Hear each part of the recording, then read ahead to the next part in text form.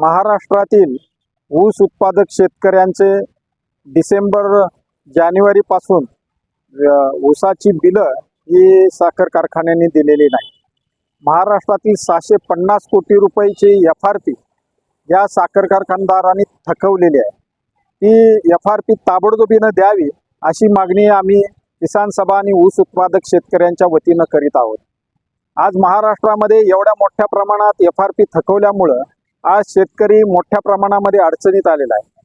मार्च महिना आता संपत आला तरी सुद्धा हे ऊसाची बिलं न काढल्यामुळं पीक कर्ज शेतकरी भरू शकत नाही.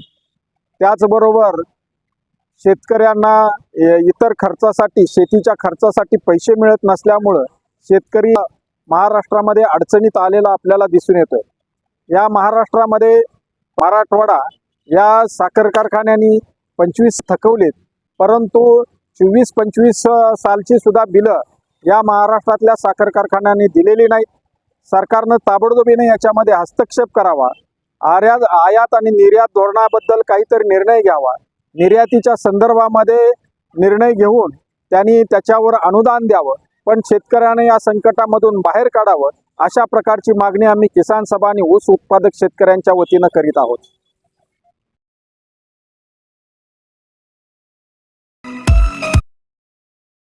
संगमनेर तालुका दूध उत्पादक संघ आपल्या दूध उत्पादकांसाठी घेऊन आले आहेत राजहंस मिल्किंग मशीन व चाफ कटर योजना. या योजनेअंतर्गत आपणास बाजार भावापेक्षा कमी दरात उपलब्ध करून देत आहे.